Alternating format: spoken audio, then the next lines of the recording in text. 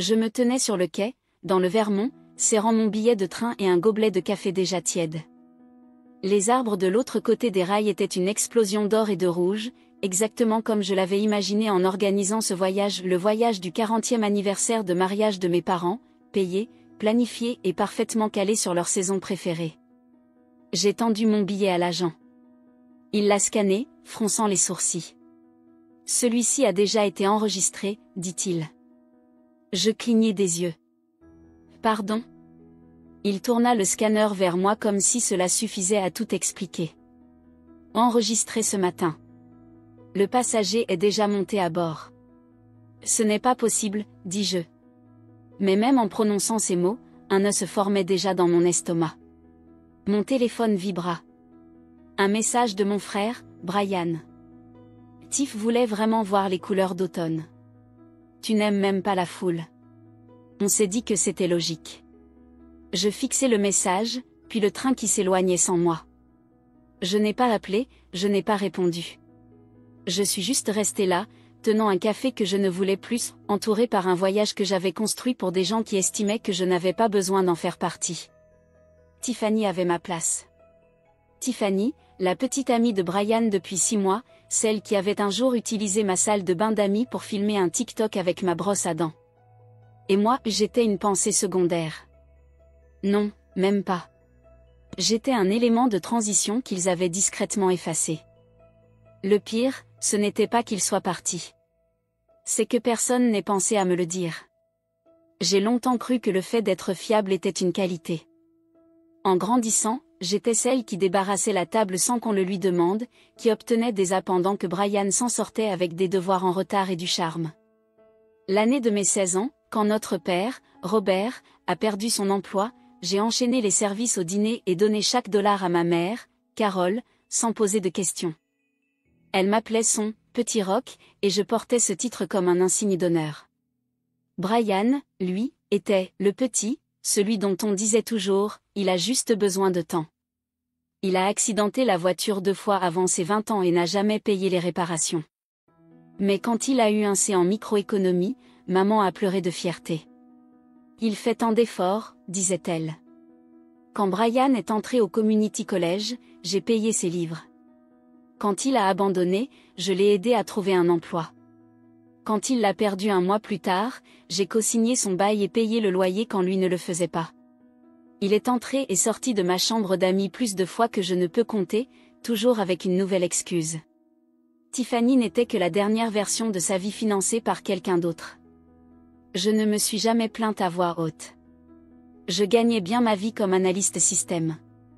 Je me disais que j'aidais. C'est ce que font les bonnes filles. Et puis, si ce n'était pas moi, qui le ferait? Maman ne m'a jamais demandé directement de payer les factures. Elle avait une autre façon de s'y prendre. Ton frère fait de son mieux, chérie. C'est difficile pour les jeunes, de nos jours. Tu as de la chance d'avoir une carrière stable. Tout le monde n'a pas ton sens des responsabilités. Je crois qu'elle ne m'a jamais vraiment remercié. Pas vraiment. Mais elle a toujours fait en sorte que ce soit attendu. Et quand je donnais, ce n'était jamais vu comme un cadeau. C'était juste ce que je faisais. Ce que j'étais, fiable, forte, capable. Et au fil des années, il était devenu plus facile d'être cette personne que de se demander pourquoi personne d'autre ne l'était. Je n'avais pas organisé le voyage d'anniversaire pour prouver quoi que ce soit. Je l'avais fait parce qu'ils m'avaient un jour raconté leur lune de miel près des Berkshires, parce que maman s'illuminait à l'arrivée de l'automne, parce que papa gardait encore un vieux Polaroid de ce voyage dans son tiroir de commode. Je pensais que si je leur offrais quelque chose de beau, ils finiraient peut-être par me voir pas seulement ce que je pouvais leur offrir. Mais aujourd'hui, en y repensant, je réalise qu'ils voyaient exactement ce qu'ils avaient toujours vu. Pas une fille. Une solution. Tout a commencé par une idée griffonnée sur un post-it jaune, vu Berkshire octobre. Je l'avais noté dans la marge de mon agenda de travail après que maman m'en a parlé autour d'un café, comment elle et papa avaient passé leur lune de miel dans une petite auberge près de Lenox, avec des planchers grinçants et du sirop d'érable posé sur le rebord de la fenêtre. Cet après-midi-là, j'ai commencé à chercher des circuits pour admirer les feuillages d'automne. En une semaine, tout était planifié, des billets de train panoramique à travers la Nouvelle-Angleterre, 2 nuits dans une auberge historique avec vue sur un vignoble, une réservation pour un dîner privé dans le même restaurant qu'ils avaient visité 40 ans plus tôt. J'ai même amélioré leur chambre pour qu'elle ait une cheminée. Comme à l'époque, avais-je écrit sur la carte de l'itinéraire que je prévoyais de leur offrir en surprise. Je n'avais rien réservé d'extravagant pour moi. Une petite chambre dans un motel en bord de route, une place en seconde classe dans le train. Le voyage complet revenait à un peu moins de 9 000 $. Cela incluait tout, transport, repas, activités, même un bouquet d'astés et de verges d'or fraîches pour leur dîner d'anniversaire. J'ai posé des jours de congé pour que le voyage rentre entre 2 échéances clients importantes, et j'ai réorganisé mon calendrier des 6 semaines suivantes pour ne pas manquer une miette au travail.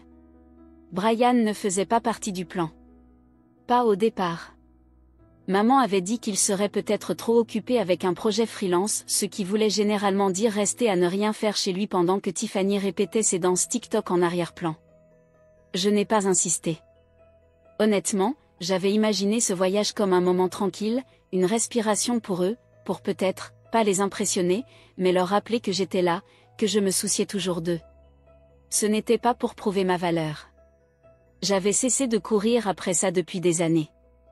Mais une part de moi espérait encore que ce geste laisserait une trace, un souvenir évoqué à Thanksgiving, une photo encadrée qu'il m'enverrait enfin, une petite fissure dans le mur qui nous séparait. Ce n'était jamais à propos du train ou de l'hôtel. C'était à propos de la table que j'avais dressée, des efforts que j'y avais mis, de l'espoir que je portais encore bêtement. Et malgré tout, ce n'était toujours pas suffisant pour avoir une place. Une semaine avant le voyage, j'ai reçu un message de maman. Tiff a dit que ses contenus d'automne rendraient super bien là-bas. Brian pense que ce serait sympa de les ajouter. C'est bon pour toi? Aucune mention d'où il logerait, de comment il s'y rendrait, ou de qui paierait. Juste l'hypothèse implicite que j'allais tout faire marcher. J'ai fixé le message un long moment avant de répondre. Si les chambres peuvent encore être modifiées, j'essaierai. C'est tout ce que j'ai dit.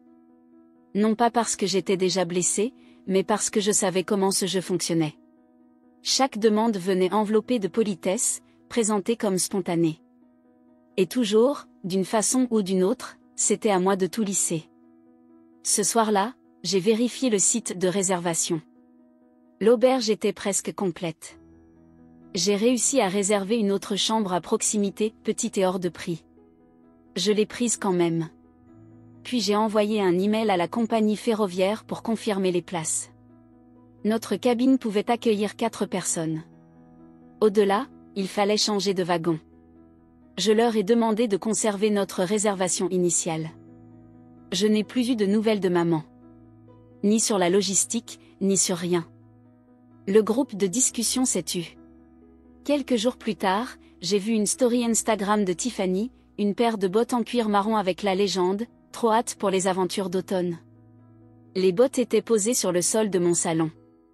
Elle ne m'avait même pas demandé avant de prendre la photo. Quelque chose s'est tendu en moi. Mais j'ai laissé passer, comme toujours. Même si le malaise s'installait, je me suis convaincue que ça irait, que j'étais trop sensible, qu'il n'allait pas m'effacer comme ça. Il ne le ferait pas. Je suis restée sur le quai longtemps après que le train eut disparu derrière le virage. Le ciel était doux, nappé de brume matinale, et les arbres dansaient lentement, comme s'ils ignoraient la douleur creuse qui s'épanouissait dans ma poitrine. Ma valise reposait à côté de moi, intacte, inutile. Personne n'a appelé. Personne n'a écrit de nouveau. Ni Brian, ni maman, même pas un banal « désolé pour le malentendu ». Je ne faisais pas partie de l'erreur. J'étais l'erreur. Et Tiffany, elle a eu la belle vue, l'expérience soignée, la place que j'avais gardée pendant des mois, en bâtissant un itinéraire qu'ils n'avaient jamais demandé, mais qu'ils avaient volontiers accepté. Je n'ai pas pleuré. Pas à ce moment-là. Je suis allée au café en face de la gare, j'ai commandé un autre café que je ne voulais pas, et je me suis installée près de la fenêtre pour regarder des inconnus monter dans des bus vers des endroits que je n'avais pas planifiés. Je faisais défiler les réseaux sociaux. Brian avait posté une photo, maman et papa souriant sur le quai de la gare, les bras entrelacés avec ceux de Tiffany. La légende disait « Escapade d'automne en famille ». Enfin des souvenirs ensemble. Ensemble. Le mot m'a frappé plus fort que prévu, comme s'ils m'excluaient délibérément, comme s'ils avaient enfin atteint leur version parfaite de la famille maintenant que je n'étais plus là. Je n'ai pas commenté. Je n'ai pas aimé la photo. J'ai simplement verrouillé mon téléphone et fixé la table, traçant les rayures du bois du doigt, comme si elles pouvaient m'apporter des réponses. Elles ne l'ont pas fait. Ils ne m'avaient pas oublié. Ils avaient fait un choix. Et moi aussi, je devais en faire un. Je ne suis pas rentrée chez moi. J'ai loué une voiture et pris la route vers le nord. Sans plan, sans GPS, juste le vague souvenir d'une petite ville tranquille traversée lors d'un déplacement pro en solo. Elle s'appelait Brattleboro. Petite, nichée dans les plis du Vermont, le genre d'endroit où personne ne pose de questions et où l'air sent le pain. J'ai trouvé une auberge en bord de route, avec une chambre disponible et une cheminée. Je me suis installée sans même défaire ma valise. La chambre donnait sur un chemin de gravier bordé d'érables à sucre. Ce soir-là, je me suis assise près de la fenêtre avec une couverture sur les genoux et une tasse de camomille que je n'ai pas finie. Pendant 2 jours, je n'ai pas regardé mon téléphone. Je n'ai pas répondu aux quelques messages reçus. Rien de maman. Juste un message groupé de Brian demandant si je m'étais trompée dans l'horaire du train. Aucune excuse. Juste une petite blague, avec un haussement d'épaule en sous-texte. Je l'ai laissé sans réponse. À la place, j'ai arpenté des vergers perdant leurs dernières feuilles rouges, flâné dans des boutiques d'antiquités pleines de choses inutiles. J'ai acheté une carte postale mais n'ai rien écrit dessus. J'ai pensé à me l'envoyer, puis je l'ai glissée dans un livre et oublié là. J'ai laissé le silence s'installer en moi, comme une chose méritée. Pour la première fois depuis des années, je n'avais pas à justifier mon silence ni à faire de la place pour le chaos des autres. Je n'avais pas besoin d'adoucir mon ton, de minimiser ma peine, ou de me dire que j'étais trop sensible. J'étais seule, et ce n'était pas vide. C'était vrai. Le voyage que j'avais organisé n'existait plus.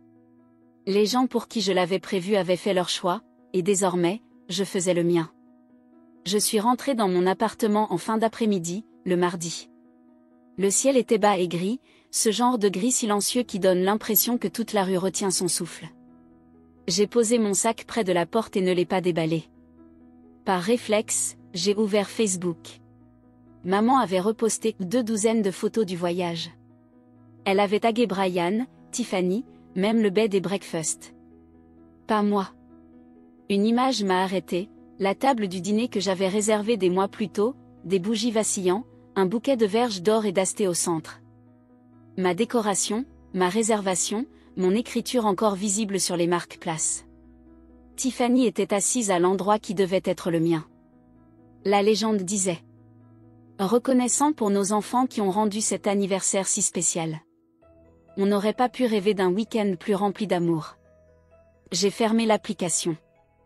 Le lendemain matin, j'ai reçu un email du compte partagé de maman et papa, objet, photo du voyage. Aucun message, juste les photos jointes en vrac, comme si j'étais une cousine éloignée qui avait raté une réunion de famille. Pas de « tu nous as manqué », pas de « où étais-tu ». Juste des preuves. La preuve que le week-end avait eu lieu sans moi. C'est là que j'ai compris que ce n'était pas une erreur. Ce n'était pas un oubli. C'était la famille pour laquelle ils avaient choisi de se présenter. Le jour suivant, je suis allée à la maison. Ma maison. Celle que j'avais achetée 6 ans plus tôt, avec mon nom sur chaque document, chaque facture. Celle où je les avais laissés vivre sans loyer. Ils n'étaient pas là. J'ai traversé chaque pièce lentement. Les serviettes d'invités que j'avais achetées étaient délavées. La cuisine sentait la cuisine de quelqu'un d'autre. L'imperméable de Tiffany était accroché à la rampe d'escalier.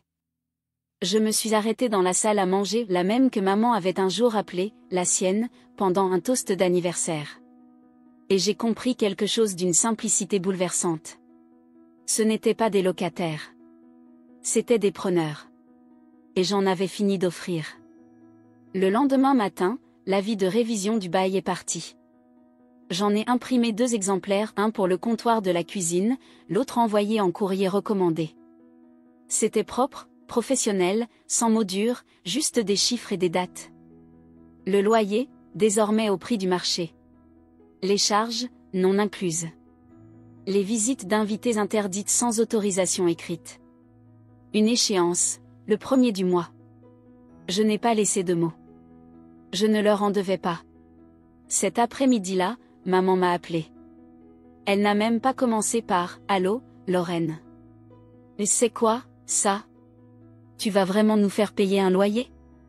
Sa voix n'était pas confuse. Juste indignée. « C'est cruel », a-t-elle ajouté. « Nous sommes tes parents. » J'ai attendu une seconde avant de répondre. « Alors peut-être que vous auriez dû me traiter comme votre fille. » Elle a soufflé par le nez. « C'est à cause de ce voyage, c'est ça? » Je n'ai rien dit. « On ne voulait pas te blesser », a-t-elle ajouté, la voix plus douce. « C'est juste arrivé. » Je l'ai entendu marcher dans le salon, le craquement de la vieille latte près de la fenêtre. « Ton père est bouleversé », a-t-elle dit. Mais Robert n'avait ni appelé ni écrit. Je ne savais même pas s'il était au courant. Ou s'il s'en souciait. « Tu aurais pu nous parler, tu sais. » J'aurais pu. J'ai choisi ça à la place. « Vous avez jusqu'au 1er, ai-je dit calmement. Après, ce sera légal. » Tu n'es pas sérieuse. Je le suis.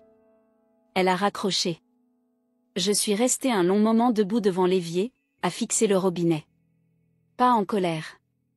Pas fière. Juste ancrée. La maison ne me semblait plus vraiment mienne. Mais ce n'était plus la leur non plus. C'était un cadeau. C'est devenu une limite. L'email est arrivé 3 jours plus tard, envoyé par un cabinet d'avocats local que je ne connaissais pas.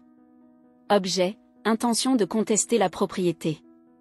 À l'intérieur se trouvait une lettre numérisée. Mes parents, par l'intermédiaire de leur avocat, déclaraient d'avoir contribué financièrement sur le long terme et partagé l'occupation du logement, revendiquant ainsi des droits partiels sur la maison. Aucun montant, aucun justificatif, juste un langage vague, censé sonner officiel et intimidant. J'ai transféré le tout à mon avocat. Il m'a appelé dans l'heure. « Il n'y a rien ici », m'a-t-il dit. « Ils n'ont aucun fondement légal. Ce ne sont que des bruits. » Mais ce n'était pas juste du bruit. C'était une confirmation. Il n'était pas désolé. Il se vengeait. Brian est passé le soir suivant. Il avait l'air de ne pas avoir dormi. Son insouciance habituelle avait disparu, remplacée par une culpabilité silencieuse et vague. « Tiff est parti », a-t-il dit, debout maladroitement sur le pas de la porte. Elle a dit qu'elle n'avait pas signé pour toutes ces histoires de famille. Il n'a pas demandé à entrer. Il est juste resté là, comme si la porte allait s'ouvrir par habitude.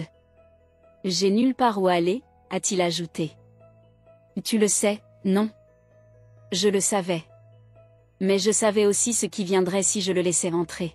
« Je ne suis pas ton filet de sécurité », ai-je dit.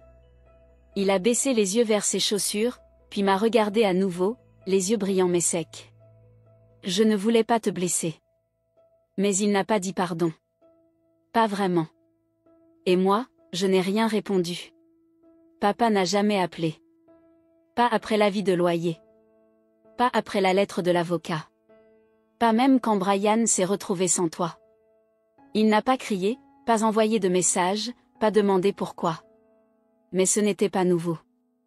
En grandissant, son silence avait toujours été en arrière-plan. Quand maman poussait trop, quand Brian dérapait, quand je m'effondrais sous le poids d'être la fille fiable, il se contentait de siroter son café et disparaissait dans la pièce d'Alexandra à côté. Sa neutralité avait une douceur qui la faisait paraître inoffensive, presque tendre. Mais maintenant je voyais clair. Ce n'était pas de la douceur. C'était de la complicité en silence.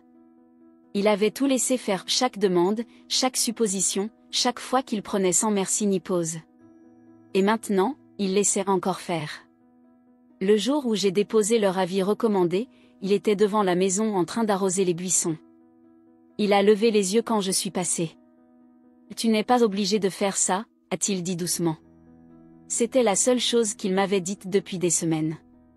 Je l'ai regardé droit dans les yeux et j'ai répondu tout aussi doucement. « Si, je le suis. » Il n'a pas réagi. Il a juste tourné le tuyau vers le rosier, comme s'il n'avait rien entendu du tout. 3 semaines plus tard, j'ai emménagé dans un petit loft de l'autre côté de la rivière. Mur de briques, grande fenêtre, juste assez d'espace pour moi et mon silence. Pas de pas au plafond, pas de porte qui claque, pas de voix qui demande quelque chose. J'ai acheté un canapé d'occasion, une vraie bouilloire et une lampe que j'aimais vraiment. L'air sentait la poussière et la peinture fraîche. J'ai ouvert les fenêtres quand même. Pour la première fois depuis des années, je n'attendais plus que mon téléphone vibre. Plus de messages groupés pour demander de l'argent pour les courses. Plus de prises de nouvelles déguisées en culpabilité. Juste des matins à mon rythme et des soirées qui m'appartenaient entièrement. Brian n'a pas envoyé de message depuis cette nuit-là sur le perron. Tiffany a supprimé nos photos, elle a désabonné toute la famille. Et mes parents, eh bien, eux aussi sont devenus silencieux. Maman a essayé une dernière fois, un message sans salutation. Et tu nous manques, comme tu étais avant. J'ai répondu. Ce que vous regrettez, c'est la version de moi qui disait jamais non. Elle n'existe plus. Il n'y a pas eu de réponse après ça. Parfois, je passe devant le parc près de la gare et je m'assois sur le même banc où j'ai lu le message de Brian, le jour où ils m'ont laissé derrière. Je ne rejoue plus la scène. Je m'assois simplement, parce que c'est ce que la paix signifie, pas une fête, pas une vengeance, juste l'absence de bruit. Avant, je pensais que dire non me rendrait sans cœur. Aujourd'hui je sais que ça m'a rendue entière. La semaine dernière, j'ai réservé un billet de train pour le Maine. Pas d'itinéraire, pas de discussion de groupe, pas de dîner d'anniversaire à organiser. Juste moi, une place côté fenêtre, et une ville tranquille avec une librairie que j'ai toujours voulu visiter. Je n'ai demandé la permission à personne. Je n'ai consulté aucun calendrier. Je n'ai proposé d'acheter aucun souvenir. J'ai voyagé léger, un sac, un carnet, et un pull qui sent encore légèrement le cèdre. À la gare, je me suis arrêtée avant de monter juste une seconde et je me suis laissé rappeler ce matin-là dans le Vermont. La blessure avait disparu. Il ne restait que la clarté. Je ne suis pas leur réparatrice, ni leur roue de secours, ni leur pilier. Je ne suis pas leur plan B. Je suis mon propre départ. Il y a un post-it collé sur le miroir de ma nouvelle salle de bain. 5 mots que j'ai écrits après le déménagement, quand le silence était encore brut. Je me dois à moi-même. Et chaque matin, je le lis comme une promesse. Certaines histoires ne sont pas racontées pour susciter la pitié. Elles sont racontées pour être reconnues. Si celle-ci a éveillé quelque chose en toi, alors peut-être que ce n'était pas juste une histoire. Y a-t-il eu un moment où tu as enfin dit stop ? Raconte-le, tes mots pourraient être la lumière dont quelqu'un d'autre a besoin. Like si tu t'es déjà senti invisible dans la famille que tu as aidé à bâtir. Abonne-toi pour des histoires qui ne font pas que se terminer, elles libèrent.